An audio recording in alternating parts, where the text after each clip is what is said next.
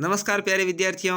कक्षा 8 गणित की प्रखर कार्य पुस्तिका में आज हम हल करने वाले हैं ओसीआर आधारित आकलन। यानी यहाँ पर आपको जो ओसीआर पर आधारित आपके जो आकलन होते हैं उसका पूर्व अभ्यास है। इसको आप ओसीआर ले सकते हैं, सर के माध्यम से अपने जो गुरुजी उनसे प्राप्त करें और इनको हल कर सकते हैं। यहाँ ओसीआर में इस तरह से आता है, आपको राइट करना होता है। तो कैसे है देखिए।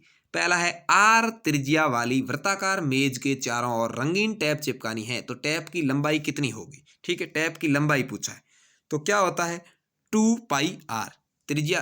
जो त्रिज्या दे रखी है और मेज के चारों ओर चिपकानी है। चारों ओर चिपकानी मतलब ये मान लो कोई गोल मेज है और इसके चारों ओर चिपकानी है, इसकी क्या ज्ञात करनी पड़ेगी, परिधि। और परिधि ज्ञात करने का सूत्र आपको पता है क्या है, 2πr है। तो यहाँ पर देखिए 2r गुणा पाई, यानी वही है आर का गुणा 2 से और पाई इधर लिख दिया गुणा में। ठीक है, तो यहाँ पर ये आपके राइट हो जाएगा। ठीक है, ये स्क्वायर वाला किस में आता, क्षेत्रफल पूछता तो आता। ठीक है ना, 2r², ये दोनों ही साथ में आ गए इसलिए गलत है, और यहाँ पर 2 नहीं है इसलिए गलत है। ठीक है, तो यहाँ पर परिधि ज्ञात करने का सूत्र था जो 2πr, तो ये सही हो जाएगा, राइट कर देना। यहाँ पर प्रथम 5 पूर्ण संख्याओं का माध्य कितना है, 2 होगा। पूर्ण संख्याएं कितने शुरू होती है देखिए 0 से, तो 0 1 2 3 4, इन सभी को जोड़ दो, 4 3 7 2 9 1 10।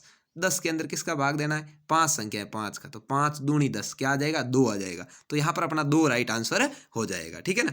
अगला है 3 लाल गेंद व 2 हरी गेंद में से यादृच्छिक रूप से निकालने पर हरी गेंद आने की प्रायिकता। हरी गेंदें कितनी है, 2, लाल कितनी है 3, टोटल कितनी है 5। तो हरी पूछा है तो 2/5, लाल पूछता तो 3/5, तो यहाँ पर 2/5 भी आपको राइट करना है। अगला देखिए 7 सेमी त्रिज्या की रिंग द्वारा घेरा गया क्षेत्रफल क्या होगा। 7 सेमी त्रिज्या है, उसका क्षेत्रफल ज्ञात करना है। तो आपको क्या करना है, πr², 22/7 गुणा 7 गुणा 7, 7 से 7 काट दो, 7 का 22 से गुणा करो, 154 सेंटीमीटर आ जाएगा। ठीक है ना, तो यहाँ पर आपका राइट आंसर, सॉरी क्षेत्रफल पूछा है तो ये वाला नहीं होगा, ये होगा। 154 सेंटीमीटर के पीछे स्क्वायर होना जरूरी, तो ये बिल्कुल ही गलत है, मैंने भूल से लगा दिया। 154 सेंटीमीटर स्क्वायर करना है आपको। ठीक है ना, ये वाला सी राइट आंसर हो जाएगा।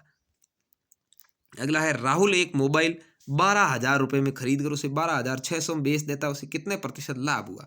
कितने रुपए का लाभ हुआ, देखो 600 रुपये का, क्योंकि 12,000 में खरीदा, 12,600 में बेचा। कितने पर हुआ, 12,000 पर, क्योंकि क्रय मूल्य नीचे रखते हैं और गुणा करते हैं 100 से प्रतिशत निकालने के लिए। ठीक है, तो यहाँ पर 2 या इधर वाले 2 और 1 3 जीरो है, 3 जीरो काट दो, इधर रहा 60 इधर रहा 12, 12 का 60 में भाग दो, क्या आता है 5। तो यहाँ पर कितने प्रतिशत का लाभ हुआ, 5% का। ठीक है, इस तरह से करना है। अगला है देखिए छठा सवाल यहाँ पर आपकी स्क्रीन पर है। यहाँ पूछा है यदि ए बराबर बी, यानी यहाँ पर ये जो दोनों रेखाएं वो सम रेखाएं जिसको अपन कहते हैं, समांतर रेखाएं। ठीक है, तो x कोण का मान ज्ञात कीजिए। x यहाँ पर आया हुआ है, यहाँ पर आया हुआ मतलब इस कोण का मान ज्ञात करना है, यानी इस तरह वाले कोण का।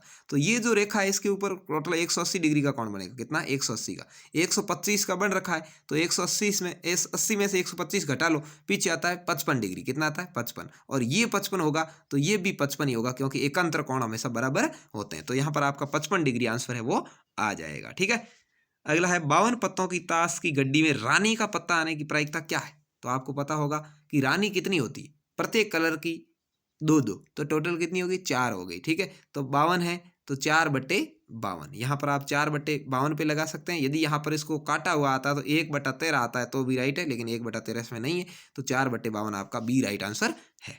अगला है 9 की घात 3 का मान क्या होगा। 9 की घात 3 है मतलब 9 गुणा 9 गुणा 9 है। ठीक है, तो 99 की 81 नमा करेंगे तो 729 आ जाएगा। तो ठीक है, यहाँ पर आपका 729 आंसर है।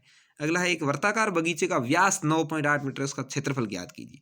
व्यास यहाँ दे रखा है 9.8, तो त्रिज्या कितनी हो जाएगी 4.9, इसकी आधी, इसमें 2 का भाग देंगे आ जाएगा 4.9, और क्षेत्रफल ज्ञात करना है तो यहाँ पर अपन क्या करेंगे, πr² है, तो 22/7 गुणा 4.9 गुणा 4.9, और इसको हल करेंगे तो आपका आंसर आएगा, वो आएगा 75.46 वर्ग मीटर। ठीक है, यहाँ पर ये राइट आंसर हो जाएगा। अगला है दो परिमेय संख्याओं के बीच परिमेय संख्याएं होती है असीमित। दो परिमेय संख्या जैसे मान लो 1 और 2 है, इसके बीच में हजारों परिमेय संख्याएं हो सकती है।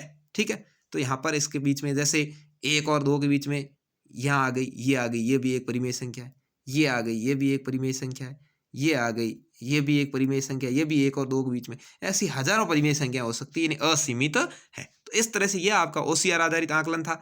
उम्मीद है आपको अच्छे से समझ में आया है। वीडियो को लाइक, शेयर करें, चैनल को सब्सक्राइब कर लें और ऐसे ही वीडियोज़ के लिए आप हमारे चैनल पर बने रहें। धन्यवाद।